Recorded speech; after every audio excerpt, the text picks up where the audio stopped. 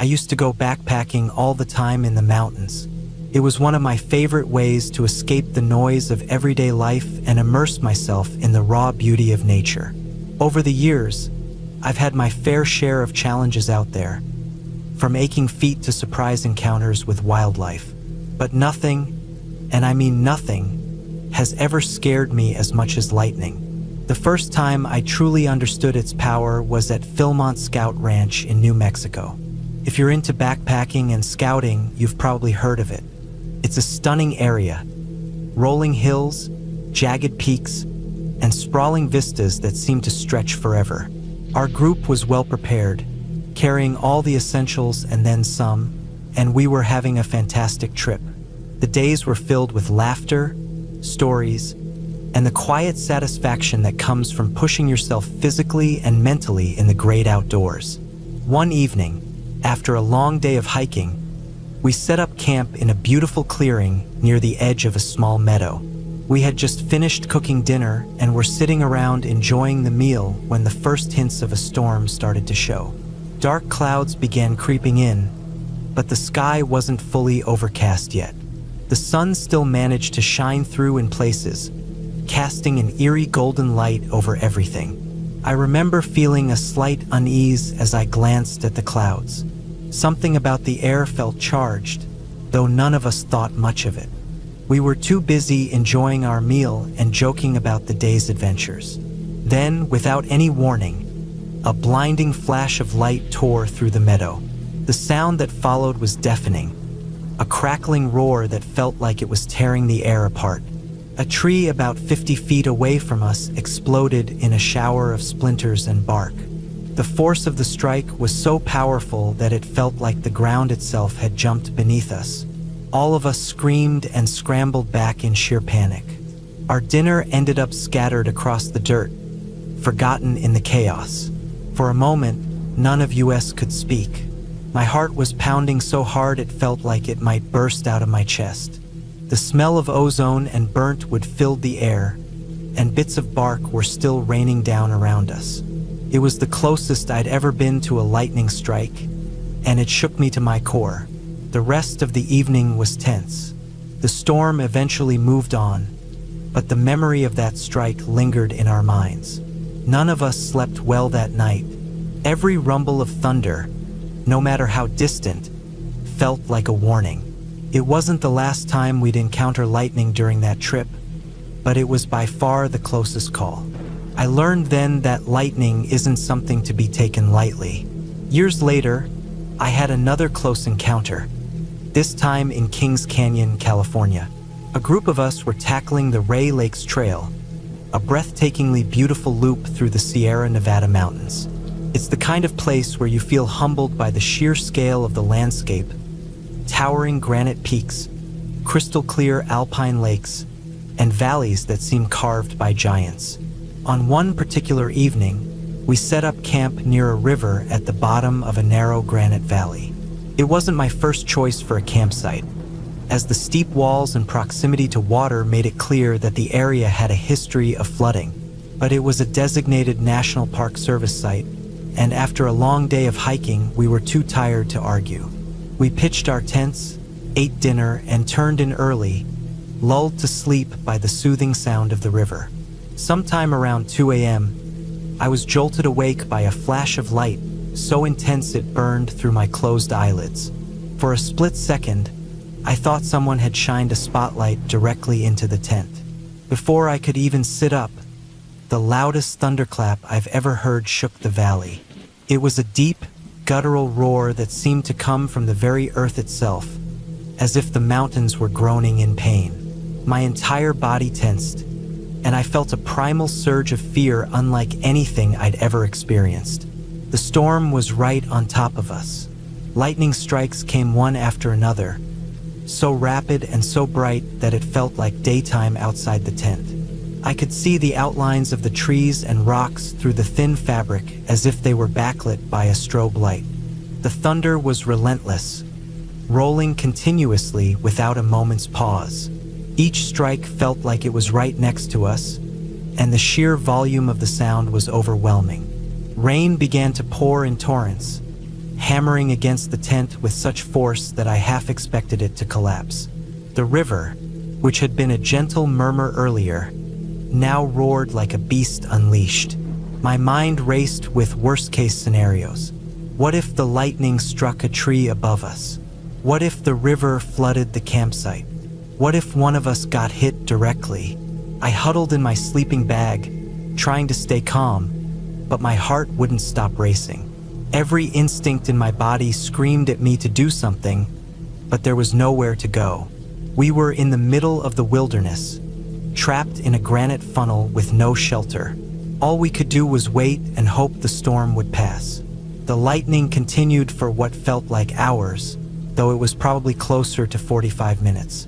By the time it finally moved on, I was physically and emotionally drained. My hands were trembling, and my ears were ringing from the constant thunder.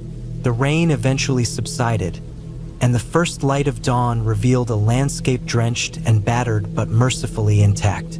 We packed up our gear in silence that morning, each of us lost in our thoughts. The beauty of the trail felt a little less inviting after that night. My third and perhaps most harrowing experience with lightning happened in the Swiss Alps. It was during a multi-day trek through some of the most stunning landscapes I've ever seen. We were descending from a high pass when the storm rolled in. The terrain was open and rocky, with few places to take cover. As the first flashes of lightning lit up the sky, we knew we were in trouble. With no trees or structures to shield us, we had no choice but to hunker down in the open. We crouched low, keeping as much of our bodies off the ground as possible, and prayed the storm would pass quickly. The strikes were terrifyingly close, illuminating the jagged peaks around us in stark relief. Each boom of thunder reverberated through the mountains, a sound so powerful it felt like it could shatter stone. Rain began to pour, soaking us to the bone. The wind whipped through the pass, chilling us to the core. We were utterly exposed, and the sense of vulnerability was crushing. All I could think about was how easily lightning could pick one of us off. Every second stretched into an eternity as we waited for the storm to move on. When it finally did, we were left shaken but unscathed. The rest of the trek was beautiful, but that moment left a permanent mark on me. I'd always respected the power of nature, but those experiences deepened that respect into something closer to awe and fear. To this day, I love watching lightning from the safety of a sturdy shelter. There's something mesmerizing about the raw energy and beauty of a storm, but if I'm outside and a storm rolls in, that animalistic fear takes over. It's not the kind of fear you can rationalize away. It's a visceral, bone-deep awareness of just how small and fragile we are in the face of nature's fury. Lightning is beautiful, yes, but it's also terrifying. And I've learned that when it comes to storms, the best place to be is somewhere, anywhere, with a roof over your head.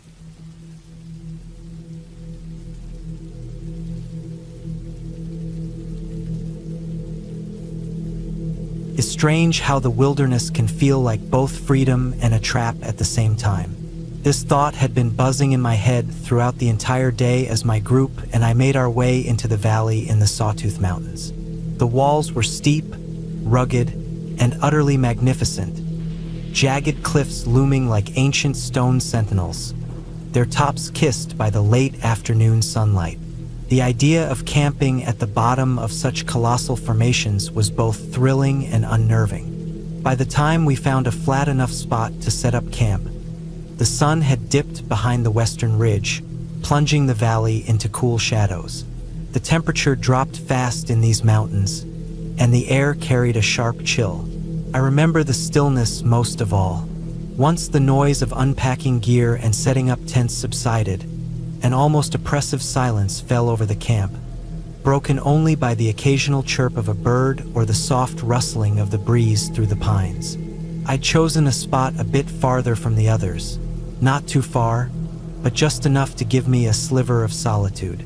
I'd pitched my tent on what seemed like solid ground, surrounded by a sparse cluster of trees. At the time, it felt safe enough. As the last of the light faded, we all huddled together to eat. The conversations were light and cheerful, filled with the kind of camaraderie that only comes after a long day on the trail. The world outside our little bubble of light and warmth was vast and dark, the cliffs looming above like blackened monoliths against a star-speckled sky. I stared up at them for a long time, my eyes tracing their shapes as if trying to memorize every detail.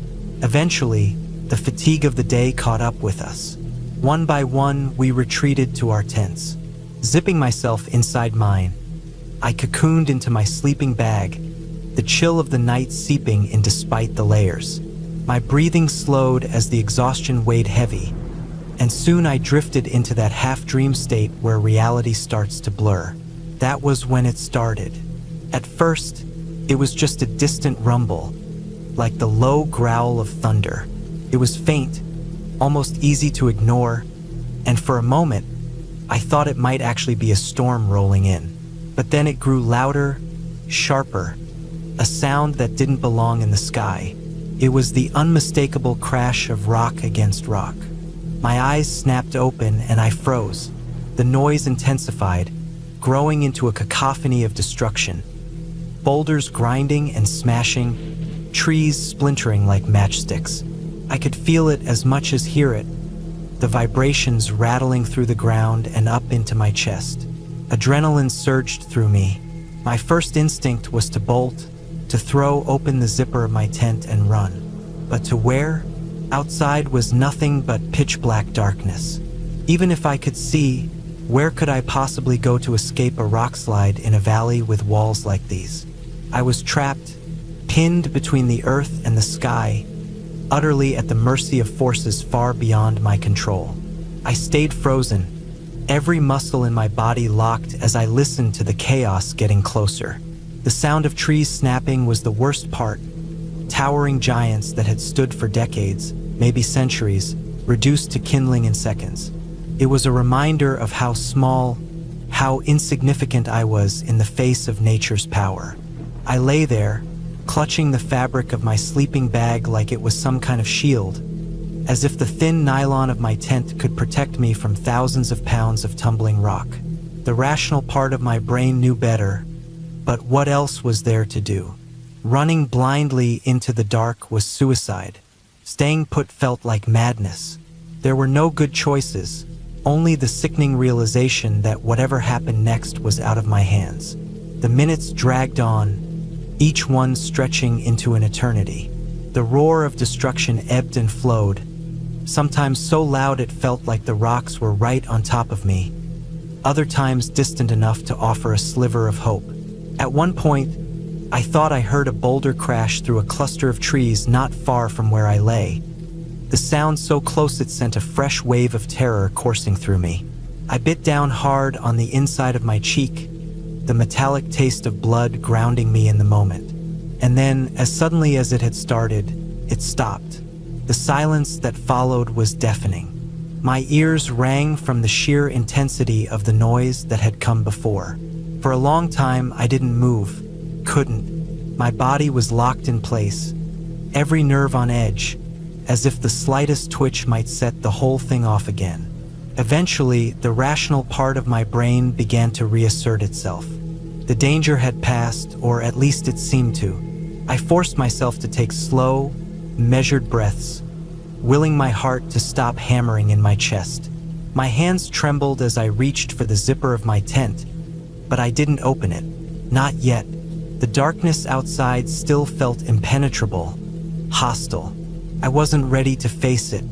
I must have dozed off at some point, though my sleep was fitful and filled with fragmented images of crashing rocks and falling trees. When dawn finally broke, I emerged from my tent into a world bathed in soft golden light. The air was crisp and smelled faintly of pine and damp earth. The others were already up, their faces pale and drawn. We exchanged few words as we began to search the area, our boots crunching over gravel and twigs. To my surprise and relief, there were no signs of destruction anywhere near our camp. No massive boulders, no shattered trees. Whatever had happened during the night had been farther off than it had sounded. the acoustics of the valley amplifying the noise to terrifying effect. We followed the sound as best we could, hiking along the valley floor until we reached a spot where the cliff face bore fresh scars, the dark gray rock streaked with jagged white lines. Below it lay a chaotic jumble of boulders, some as large as cars, scattered like a child's discarded toys. The damage to the forest was severe, entire sections of trees flattened or snapped in half. Looking at it, I felt a strange mix of awe and dread. The sheer scale of the destruction was humbling, a stark reminder of how powerless we are against the forces of nature. At the same time, I couldn't help but feel grateful. If the rockslide had been just a bit closer, if we'd chosen a different spot to camp, things could have ended very differently. As we made our way back to camp, I couldn't shake the feeling of helplessness I'd felt the night before. It was a kind of vulnerability I'd never experienced before, the realization that there are moments when survival comes down to nothing more than chance. I'd always thought of myself as someone who could handle the wilderness, someone prepared for whatever challenges it might throw my way. But that night in the valley had stripped away that illusion, leaving me with a new respect and fear for the raw, untamed power of the natural world. We packed up our gear in silence, the mood somber as we prepared to leave the valley behind. The cliffs that had seemed so majestic the day before now felt ominous, their towering forms casting long shadows over our path. As we hiked out, I couldn't help but glance over my shoulder every so often, half expecting to see another cascade of rocks tumbling down in the distance. Even now, months later, the memory of that night lingers. It's not the noise or the destruction that haunts me, but the feeling of being so utterly at the mercy of forces beyond my control. It's a lesson I won't soon forget, and one I hope I'll never have to learn again.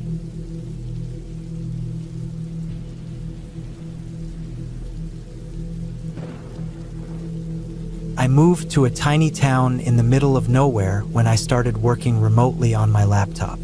Calling it a town might be generous. There were maybe 200 people, tops. It was the kind of place where everyone knew everyone, except for me. I kept to myself in a small cabin just off the highway, surrounded by woods. It wasn't fancy, but it was quiet, and I figured it'd be a good spot to save some money and focus on my work. The woods were peaceful most of the time. I had my dog for company, a medium-sized mutt with a stubborn streak but a good heart. We'd take walks every day, exploring the trails that snaked through the forest. Life was simple, uneventful, until it wasn't. One afternoon, I was walking my dog when I heard 2 gunshots echo through the trees. I stopped, heart pounding for a moment, but then told myself it was probably nothing. This was hunting country, after all. Plenty of people owned guns, and I figured someone was probably just out taking a shot at deer or target practice. It wasn't worth overthinking. But a couple of days later, a rusty old truck rolled up in front of my cabin. I didn't recognize it or the man driving it. The guy stepped out, tall and wiry, with a scruffy beard and eyes that didn't quite match the smile he tried to put on his face. He waved me over. "I'm your neighbor," he said. I hesitated. Neighbor? The closest house was at least half a kilometer away, hidden behind a thicket of trees. I didn't even know anyone lived there. He asked me if I'd heard the gunshots. I nodded, keeping my tone neutral. "Yeah, I heard them." He said it was his neighbor, his other neighbor, shooting at his house. Over a land dispute, apparently. He didn't ask me to be a witness or anything, just wanted to know if I'd heard it. The story seemed odd. Why would someone shoot at their neighbor's house over land? And why was he telling me, a stranger, about it? While we were talking, my dog started digging in a patch of dirt nearby. It wasn't a big deal, just one of her quirks. But the guy noticed and walked over to her. He crouched down, reaching out like he was about to pet her. Instead, he tried to flip her onto her back in some weird dominance move. She yelped, and I stepped forward, telling him to stop. "Oh, I'm great with dogs," he said, Like that excused anything. He stood up, brushing off his hands, and then casually asked me if I owned a gun. That question sent a chill down my spine. "No," I said, keeping my voice steady. He nodded like he was filing that information away. "You should get one. You never know around here." Then, as if nothing was strange about the conversation, he invited me to come over and mow his lawn. And then he added, in this creepy, deliberate way, "Please ensure you bring your dog." There was something about the way he said it, too formal, too rehearsed, that made my skin crawl. I muttered something about being busy and went back inside as soon as he left. After that, I couldn't shake the bad feeling. Why did he need me to bring my dog? Why was he so interested in whether I had a gun? The whole thing felt wrong, like I just stumbled into the middle of something I didn't understand. The guy didn't stop there. Over the next few days, he kept showing up uninvited, asking why I hadn't come to his house yet. He called and texted, too, using the number I'd stupidly given him before I realized how weird he was. Each time, he seemed more insistent, more frustrated. The locals at the small general store filled in the blanks for me. The guy was a known problem in the area, a drunk who'd lost everything. His wife, his job, his reputation. Nobody liked him, and he had a history of causing trouble. That only made me more uneasy. This wasn't someone who had anything to lose. At night, the dread would set in. My cabin felt too exposed. It was surrounded by woods on 3 sides, and the highway on the 4th was quiet most of the time. If something happened, no one would hear. Every room in the cabin had a window except for the bathroom, and I couldn't shake the feeling that I was being watched. I'd lie awake for hours, straining to hear any sound of movement outside. One night, my dog started growling. It wasn't her usual bark at a squirrel or a passing car. This was low, deep, and insistent. I sat up in bed, heart hammering, and listened. The cabin was silent, but her growling didn't stop. I grabbed a knife from the kitchen and the can of bear spray I kept by the door and locked myself in the bathroom. It was the only place in the cabin without windows. I sat there in the dark, listening for hours. Eventually, I must have fallen asleep because I woke up with the knife still in my hand, the bear spray on the floor beside me. The next morning, everything seemed normal, but I couldn't shake the feeling that I'd been in danger. I started making plans to leave. I didn't care where. I just needed to get out of that town. But before I could, the guy showed up again, drunk and ranting about how I was avoiding him. He didn't threaten me directly, but the way he talked, the way he looked at me, made it clear he wasn't stable. I packed everything I owned into my van the next day. The vehicle wasn't insured, and I didn't even have a valid license, but I didn't care. I loaded up my dog and left while the sun was still rising. I didn't say goodbye to anyone, didn't look back. The next place I landed wasn't much better. The landlords were just as strange, if not worse. They tried to ingratiate themselves with me by feeding my dog behind my back, even going so far as to discuss how they could make her prefer them over me. That was the final straw. One morning while they were out, I packed up again and left for good. I've never felt relief like I did when I finally put that town in my rearview mirror. Those months were the most unsettling of my life, and I still get chills thinking about them. The woods, the cabin, the strange people. It all felt like something out of a nightmare. Now I live somewhere bigger, safer. I lock my doors at night and keep my dog close. I'll never take that kind of peace of mind for granted again.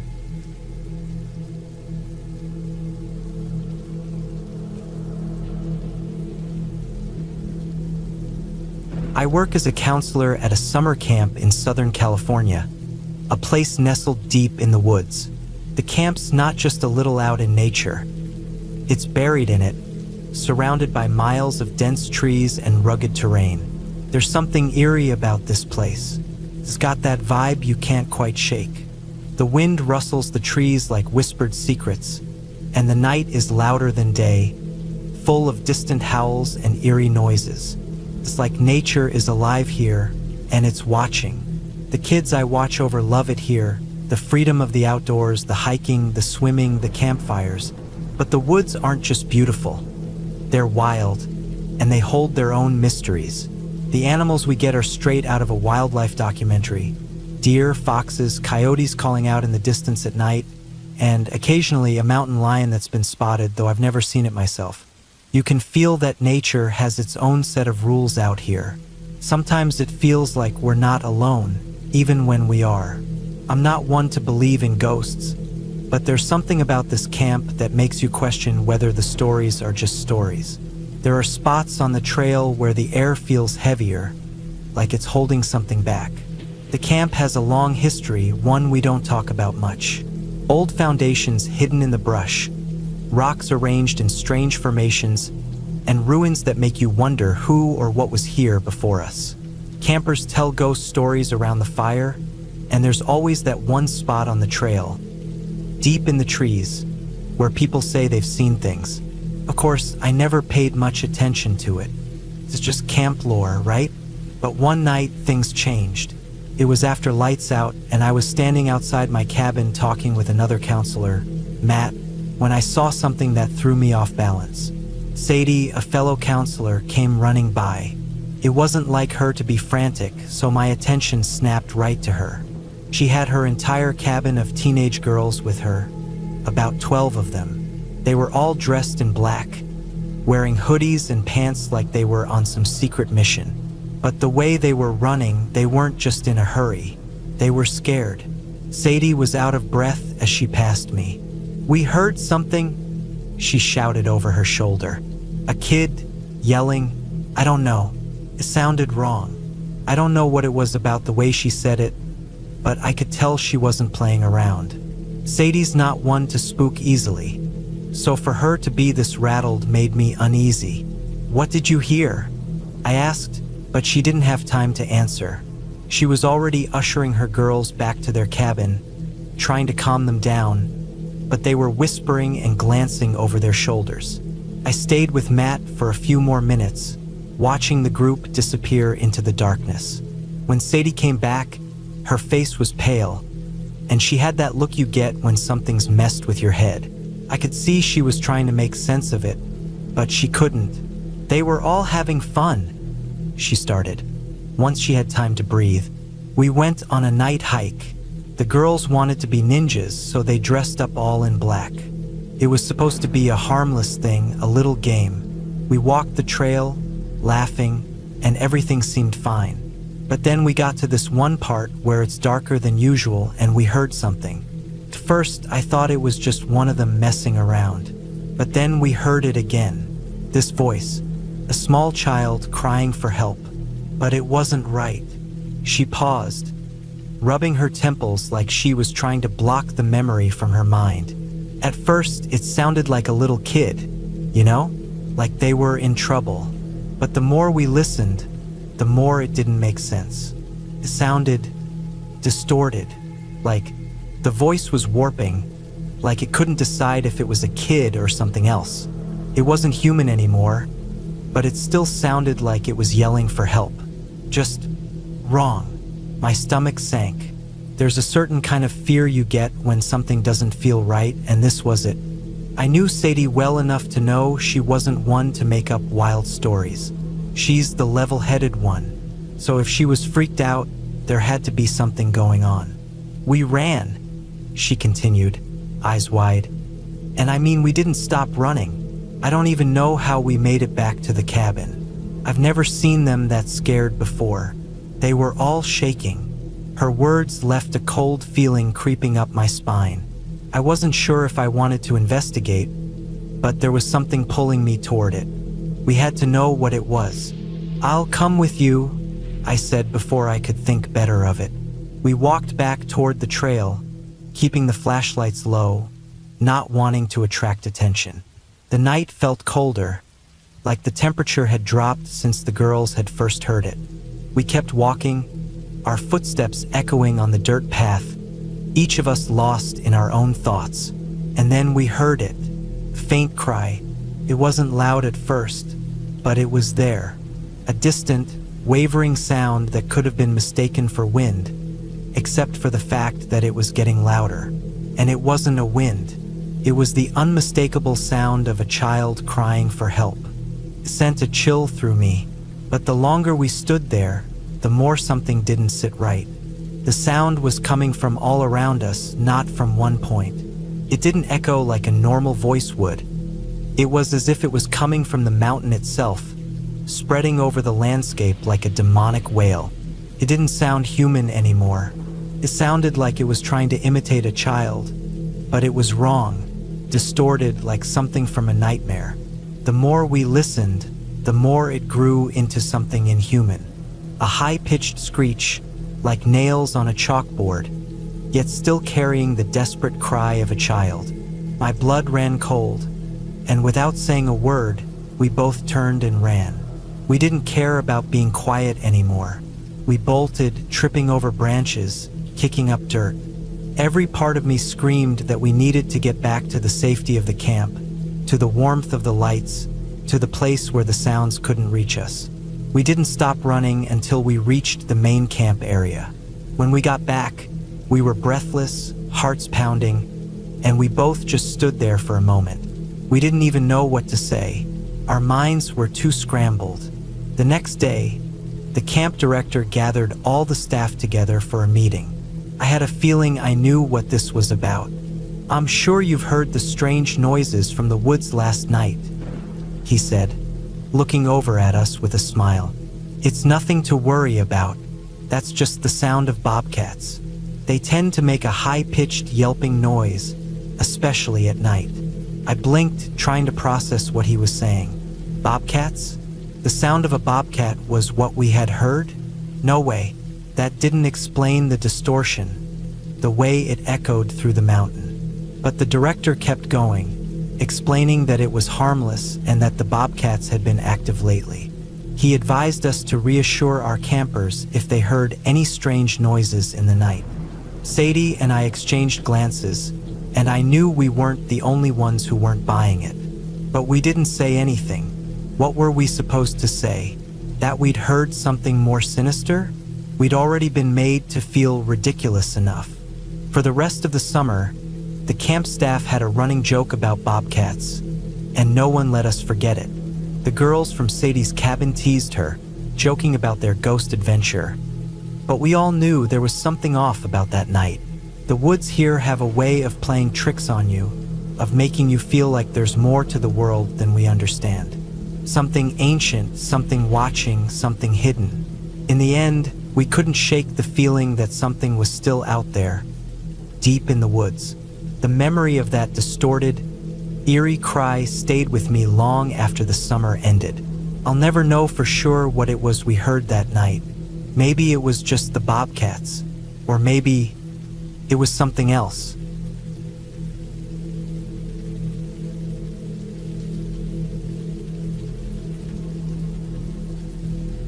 It started as any other camping trip, a weekend escape from the monotony of our small rural town.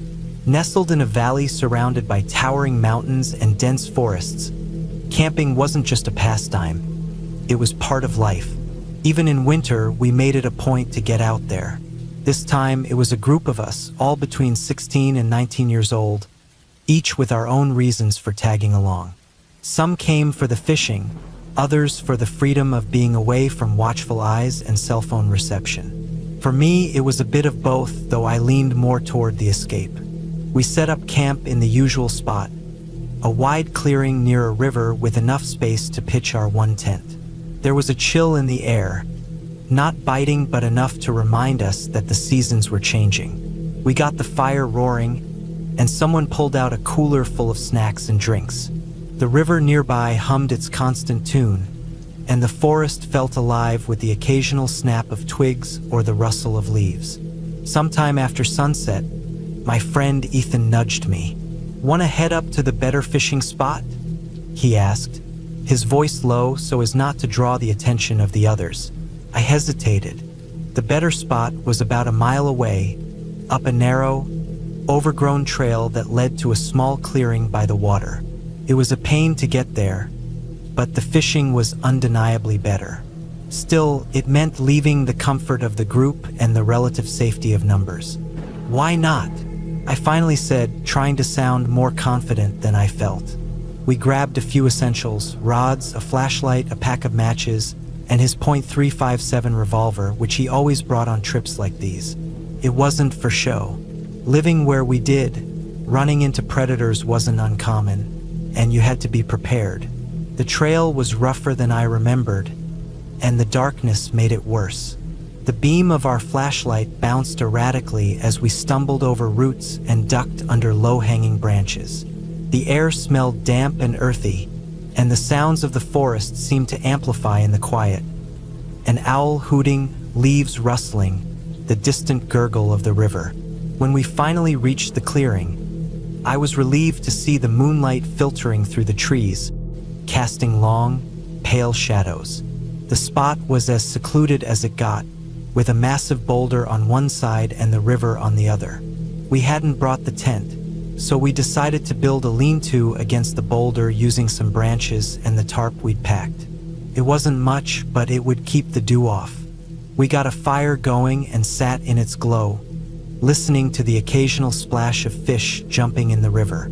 The night was calm, almost too calm, and as the hours passed, a sense of unease started to creep in. I couldn't shake the feeling that we weren't alone. I tried to dismiss it as nerves. I was 16 after all, and not exactly seasoned when it came to solo camping trips. "Probably a mountain lion," I muttered under my breath, though I wasn't entirely convinced. I'd encountered mountain lions before. They were curious, but usually kept their distance unless provoked. Still, I grabbed a few more logs and threw them onto the fire, the sparks shooting up like tiny fireflies. The flames grew, casting a warm orange glow over the clearing and pushing back the shadows. That's when I saw him. At first, I thought my eyes were playing tricks on me. Standing at the edge of the clearing, about 80 yards away, was a man.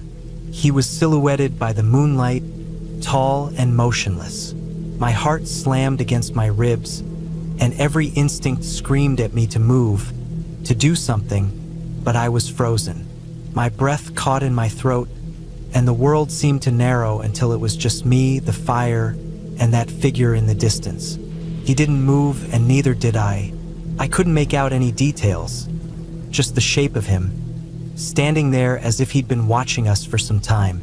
The forest, so alive just moments ago, fell eerily silent. No rustling leaves, no owl calls, nothing but the crackle of the fire and the blood pounding in my ears. I thought about calling out, but the words wouldn't come. I was 16 and terrified, my inexperience and fear paralyzing me. What was he doing out here? There were no other campsites nearby, no trails leading to this spot except the one we'd taken. He had to have come here on purpose. The man stayed there for what felt like an eternity, though it was probably no more than a minute or two. Then, without a word or a wave, he turned and walked away, disappearing into the trees as silently as he'd appeared. The moment he was gone, I let out a breath I hadn't realized I'd been holding. I didn't wake Ethan.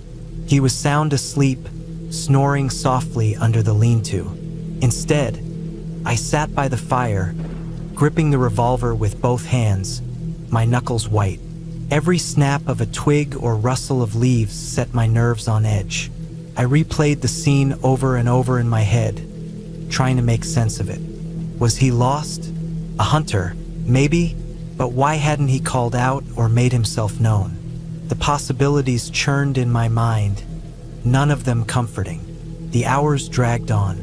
The fire burned low, and I kept feeding it, refusing to let the darkness close in.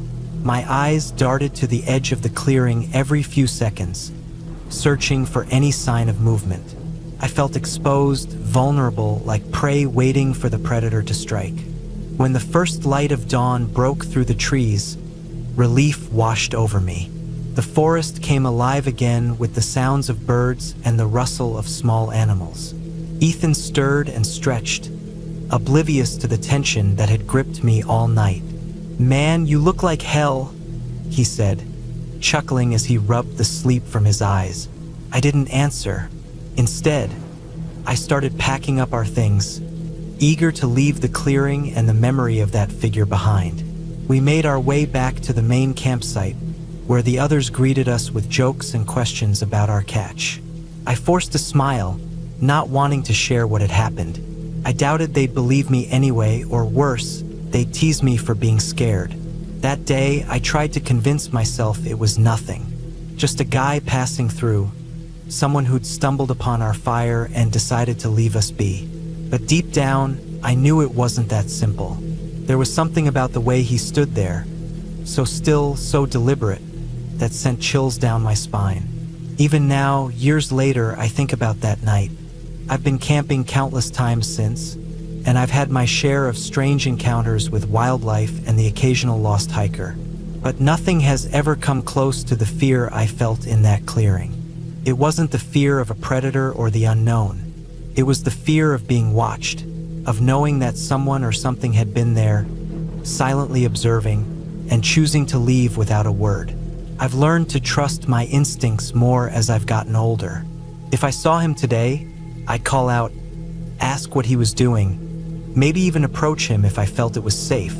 But back then, I was just a scared kid, holding onto a revolver and hoping the night would end.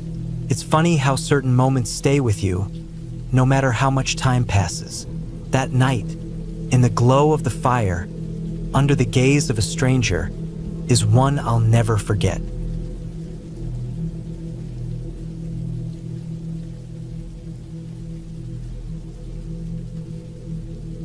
I've always been the kind of person who enjoys the peace and quiet of nature. It's not so much about hiking or roughing it in the wilderness. It's more about the stillness that settles over you when you're far from the city, surrounded by nothing but trees, fields, and fresh air. My uncle had built a house on some land he owned out in the woods, a little getaway that was tucked away from the world. It wasn't a cabin. It wasn't some rickety shack. It was a real home, one that he'd poured years of work into.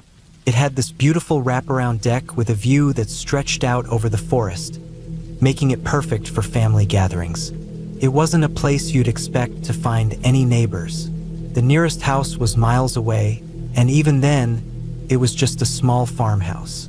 Most of the land around my uncle's place was used for grazing cows, and the rest was untamed wilderness. When I first saw it, I was struck by how isolated it was, but at the same time, it was one of the most serene places I'd ever been to. The air was always fresh, and there was something so calming about the rhythm of the wind rustling through the trees. We had a party there one summer day, a big family get-together. There were probably 20 adults and at least 5 or 6 kids running around. The kids were running, laughing, and playing on the yard while the adults stood around chatting and catching up. The weather was that perfect summer blend, where it was blazing hot, but a cool breeze kept things comfortable enough to forget the heat. It wasn't long before the sun started to dip lower, and the golden light shifted into dusk. Everything felt peaceful, almost unreal, like it was all too perfect to be true. Felt like a scene out of a movie. There was music in the air, the chatter of family, the smell of grilling food. And then the request came. My uncle needed me to run into town and pick up more groceries. It wasn't a big deal. It was just a quick trip. The nearest town was only about 15 minutes away, though the road leading there was winding and took me through thick stretches of woods. I hopped in my car, and as I drove, I could feel the night starting to creep in. The sky had started to shift, turning shades of purple and pink before the black of night started to settle in. By the time I'd gotten the groceries and was heading back, the light was gone, and the world around me was swallowed by darkness. Out there, the absence of streetlights was like being swallowed by a deep hole. The headlights of my car barely lit up anything, and I drove slowly, trying to be cautious on the narrow, winding road. The trees seemed to close in on both sides, and even though I was familiar with the route, there was always a little unease driving through the woods when it was dark. By the time I was pulling into my uncle's driveway, The night had fully enveloped everything. The headlights of my car sliced through the dark, casting long shadows across the ground. That's when I saw it. At first, I thought it was just another shadow or some trick of the light.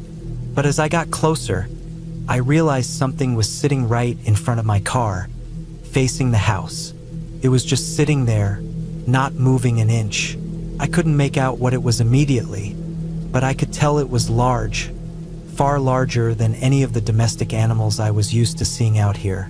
My headlights caught its shape, and for a second, I felt my breath catch in my throat. A panther. It was sitting there, calm and still, just staring at the house. I don't know why, but I wasn't immediately scared. I think, in that moment, I was just shocked at the sight of it. I had heard about panthers in the area before, but I never thought I'd see one so close. There it was, right in front of me, not bothered by the sound of my engine or the glare of the headlights. It didn't even flinch. Instead, it just looked at me for a moment, and then it did something that made my stomach drop. It slowly turned its head to look directly at me. It wasn't a glance, like it was just checking me out for a second. No, this was deliberate. Its eyes met mine, and in that moment, I felt like I was being watched by something far too intelligent for comfort. I don't know what it was about the way it looked at me, but it felt almost human. The moment seemed to stretch on forever. I sat there, my hands gripping the steering wheel, trying to make sense of what I was seeing. Then, as if on cue, the panther gave this deep, almost exaggerated sigh. It wasn't the kind of sigh you'd expect from an animal. It sounded too human. The kind of sigh you might hear from a person who's bored or resigned to a situation. It was so out of place that it made my hair stand on end. And then, just like that, the panther stood up, stretched its legs, and walked calmly off into the woods. It didn't run, didn't panic. It just casually walked off like it had been seen too many times before and wasn't interested in hiding anymore. I watched it disappear into the dark, the shadows of the trees swallowing it whole. My heart was racing, but I still couldn't tear my eyes away from where it had gone. I had no idea what to think or what to do. I wanted to go inside and tell everyone, but at the same time, I felt this strange hesitation. The kids were still running around out there, and I knew I should warn them, but I didn't know how to explain what I'd just seen. I sat in the car for what felt like an eternity, trying to talk myself into getting out and going inside to tell someone. The more I thought about it, the more I realized how dangerous it could have been. Panthers aren't like other animals out here. They're predators, and they don't usually leave people alone unless they feel safe doing so. Finally, I took a deep breath, pushed open the door of the car, and stepped out onto the gravel. My heart was pounding in my chest, but I forced myself to walk up the path toward the house. The laughter and chatter from the party still echoed in the distance, and as I made my way to the porch, I couldn't help but feel a little silly. Maybe I was overreacting. Maybe it was just a wild animal that was curious and not interested in any harm. But deep down, something told me that it wasn't just curiosity. I stepped onto the deck, where the party was still in full swing, and I didn't know how to bring it up. I stood there for a moment watching the kids still running around, oblivious to the danger that had been so close to them. Finally, I walked up to my uncle, who was standing by the grill, chatting with some of the other guests. I didn't know how to say it, but I had to. "Hey, I saw something outside," I said, trying to sound casual, though my voice was shaky. He raised an eyebrow. "What do you mean?" "A panther," I said, and for a moment, the words hung in the air, as if no one quite believed them. I saw it sitting right in front of my car, staring at the house. It didn't run, just sat there. There was a pause as everyone looked at me, and I could tell that they didn't know whether to laugh it off or take it seriously. My uncle looked over at the kids playing, his eyes narrowing for a second. "We've had panther sightings before," he said, his voice steady, "but they usually stay further out in the woods. Still, you're right to be cautious." It wasn't much of a response, but I felt better knowing someone else had acknowledged the risk. I could tell that no one wanted to make a big deal out of it, especially with the kids running around. But after that night, I don't think anyone took the woods quite as lightly as they had before. It was a reminder that out there, in the middle of nowhere, the wildlife wasn't the only thing you had to be wary of. The things that lurked in the dark, just out of sight, were real. I never saw that panther again, and maybe it had just been passing through. But every time I go to my uncle's house now, I always take a moment to scan the trees, just in case. Because out there, you never know what might be watching you.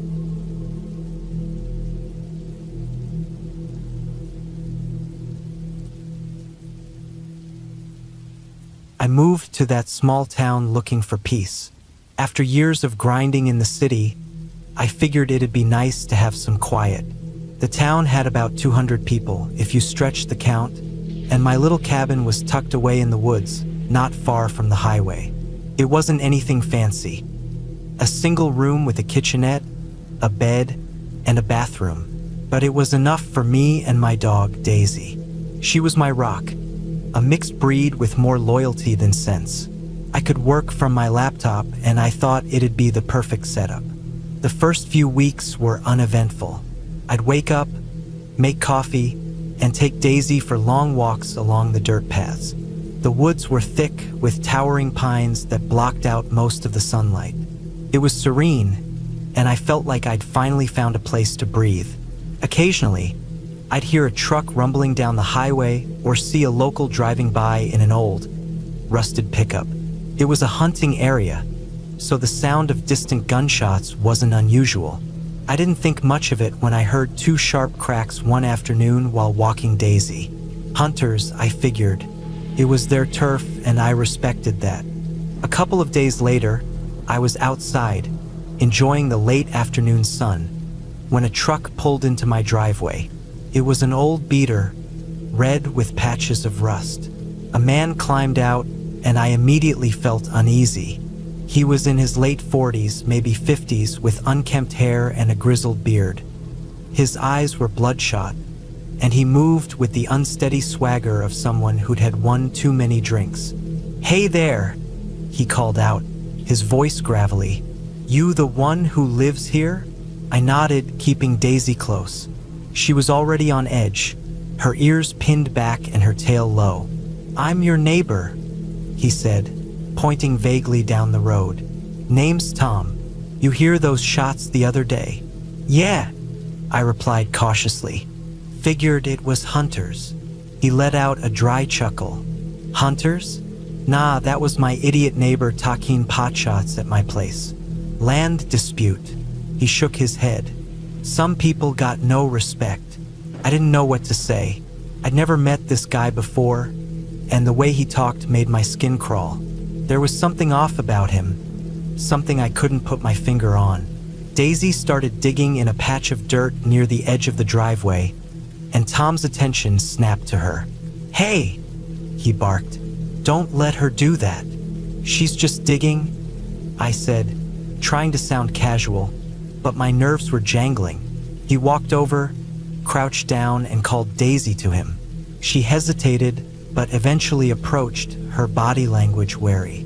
Then, out of nowhere, he grabbed her and flipped her onto her back. Daisy started yelping, and I stepped forward, my voice sharp. "Hey, stop that. She's fine," he said, letting her go. Daisy bolted back to my side, trembling. "What the hell was that?" I demanded, trying to keep my voice steady. "Just showing her who's boss," he said, brushing it off. "Dogs need to know their place." I didn't respond. I just wanted him gone. "You got any guns?" he asked suddenly. The question caught me off guard. "No," I said, immediately regretting it. He nodded slowly, as if filing the information away. "You should get one. Lot of weirdos out here." He laughed, but it wasn't the kind of laugh that put you at ease. Then he asked me the strangest thing. "You mind mowing my lawn sometime? And bring Daisy when you do. Please ensure you bring her." The way he said it made my stomach churn. There was no way in hell I was going anywhere near his property. He left soon after, and I stood there trying to process what had just happened. I realized I'd made a mistake.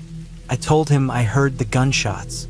I told him I didn't have a gun. And now he knew exactly where I lived. The days that followed were tense. I started locking my doors, something I hadn't bothered with before. Tom showed up twice more, uninvited. The second time, he asked for my phone number, and in a moment of weakness, I gave it to him. I didn't want to make him angry, but now he had a way to contact me, and the calls and texts started almost immediately. He wanted me to come over. He wanted me to bring Daisy. I always had an excuse, but he wouldn't let it go. I finally mentioned him to the owner of the town's general store, an older woman who seemed to know everyone. Her expression darkened immediately. "Stay away from him," she said. "Tom's bad news. Lost his wife, his job, everything. He's not right in the head." That night, I barely slept. The cabin, which had once felt cozy and secure, now felt like a trap. Every creak of the wood, every rustle outside, made my heart race. Daisy seemed to sense my fear. She stayed close, her ears twitching at every sound. Then one night, Daisy started growling. It was a low, guttural sound that I'd never heard from her before. My stomach dropped. I grabbed the bear spray and the knife I kept by the bed and locked myself in the bathroom, the only room without windows. I sat there for hours, straining to hear anything over the pounding of my heart. I must have fallen asleep at some point because the next thing I knew, it was morning. I knew I couldn't stay there. I packed everything I owned into my old van, loaded Daisy into the passenger seat, and drove away. I didn't care where I was going. I just needed to be anywhere but there. Looking back, I can't believe I stayed as long as I did. The town might have been small, but the danger was real. It wasn't ghosts or monsters that scared me. It was people, real, unpredictable, dangerous people. I've learned to trust my instincts since then, and I'll never ignore that gut feeling again.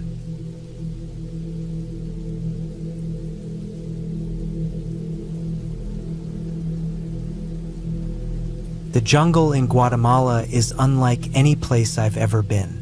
It's thick, oppressive, the air heavy with moisture and the faint sounds of animals lurking in the shadows. My girlfriend, Maria, and I decided to take a 3-day hike to Tikal, one of the most famous ancient Mayan ruins. We'd heard stories, read guidebooks, and watched documentaries, but nothing really prepared us for what we were about to experience. The first day was a breeze. We hiked under the canopy, the green leaves stretching so high above us they blocked out the sun. The trail was marked, and we could follow it with ease. By the time we reached the first ranger campsite, we were exhausted but in good spirits. The camp was simple, a few tents, a small clearing, and a fire pit. The ranger, an older man named Francisco, greeted us with a friendly smile and handed us a map of the area, explaining that the second night would be more intense, and we should take precautions. That night, as we lay in our tent, listening to the sounds of the jungle, I felt a sense of peace. There was something oddly comforting about being surrounded by all this nature. The insects chirped, the wind rustled the leaves, and every now and then, we could hear the distant calls of animals. We fell asleep to these sounds, the tent providing a thin barrier between us and the wild. Around 4 a.m., I woke up to the sound of rain. It was coming down hard, battering the fabric of the tent, and the wind howled outside, making the trees sway violently. I could feel the air growing cooler, and the rain had a sharpness to it, the kind that meant a storm was brewing. I lay there for a moment, listening to the storm intensifying. It wasn't unusual in the jungle to have storms like this, but something about it felt different. It wasn't just rain, it was the kind of storm that made you feel like nature itself was angry, as if the whole world was shaking in its fury. Maria stirred beside me, her eyes blinking as she looked around the dark tent. "What is that sound?" she murmured. I could tell she was still half asleep. "I think it's just the storm," I said, though my voice felt uneasy. There was something about the intensity of it that set my nerves on edge.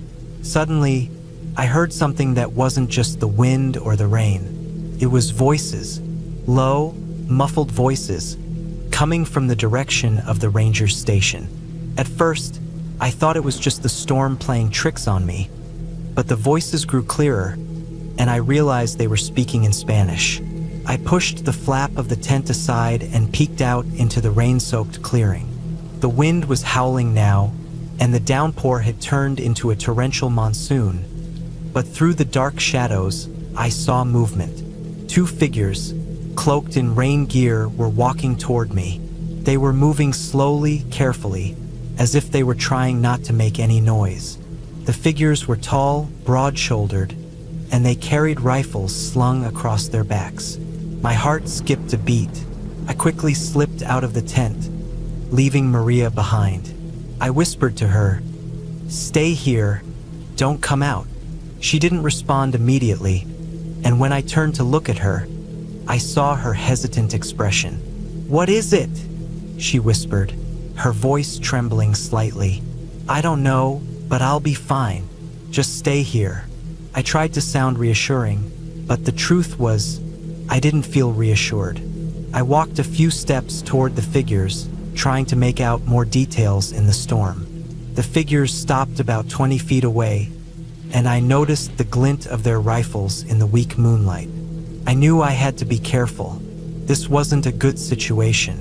In a place like this, strangers could mean trouble. "¿Qué estás haciendo aquí?" one of the men said, his voice rough and thick with a local accent. The words meant, "What are you doing here?" But his tone wasn't welcoming. He didn't seem like he was just trying to make conversation. I froze for a second, trying to figure out what to do. I could feel my pulse quickening. I'd read enough about the dangers of the jungle, how people sometimes got lost, how even the locals were wary of outsiders. But I also knew that panic could make things worse. "I'm just here with my girlfriend," I said, my voice steady despite the fear that had begun to bubble up in my chest. "We're hiking to Tikal. We didn't expect the storm to get this bad." One of the men glanced back at the other. "Tikal," the other man said, his voice low, almost like a growl. "You're too far.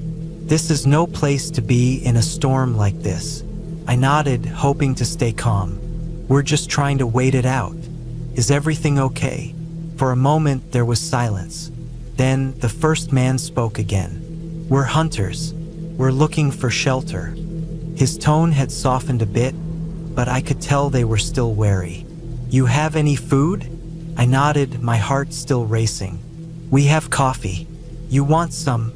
It was the best offer I could make. The situation still felt off, but I didn't want to make things worse by being hostile. To my surprise, they both nodded, their tense expressions relaxing just a little. I led them to the campfire, where the coffee pot was still simmering. I gave them a cup each, and they sat down by the fire, their rifles leaning against the log. The storm had reached its peak by then, the wind so fierce that the trees were swaying dangerously. But as we sat there, I couldn't shake the feeling that something wasn't right. The men didn't speak much, but they watched the storm with a strange intensity, like they were waiting for something. I could feel the weight of the silence pressing down on me. After a few moments, the rain became even heavier, and the wind picked up again, this time with a terrifying strength. Suddenly, there was a massive crack.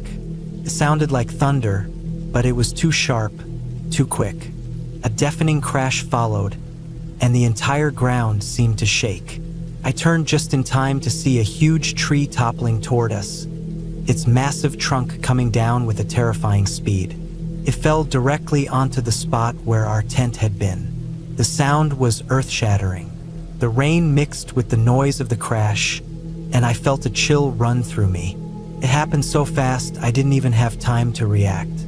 The men stood up immediately, their rifles at the ready, their faces filled with a mix of shock and awe. "Get back!" one of them shouted, and I didn't hesitate. I grabbed Maria's hand and pulled her away from the fire, moving us both further from the fallen tree. I looked back at the wreckage. Our tent had been completely crushed under the weight of the tree. The rain continued to pour down, but I could see the twisted remnants of our shelter beneath the massive branches. If I hadn't gone out to check on the hunters, if Maria had listened to me and stayed in the tent, I don't even want to think about it. We stood there, drenched, staring at the destruction. The hunters said nothing for a long time, but the older man spoke first. "You were lucky," he muttered. "It's not safe out here." I nodded, still in shock. We had survived, but only by chance. We spent the rest of the night with the hunters, watching the storm rage on around us. When dawn finally broke, the sky was clear, and the jungle seemed peaceful again. But I knew that the peace was only temporary. The jungle had shown us its power, its unpredictability. And I had learned that sometimes, no matter how much we prepare, we're at the mercy of nature. The hunters offered us some advice as we packed up to leave. They warned us about the dangers of the jungle, how easy it was to get lost, how quickly things could turn. I couldn't help but feel a deep gratitude toward them. They hadn't just offered us coffee. They had saved our lives without even knowing it. As we walked back toward the trail that would take us to Tikal, I felt a mix of relief and awe. We had made it through the night, through the storm, through the terrifying moments when it seemed like everything could end in an instant. And I knew that no matter what came next, I would never forget that night. The night when everything changed, when luck was on our side, and when the jungle reminded me just how fragile life really is.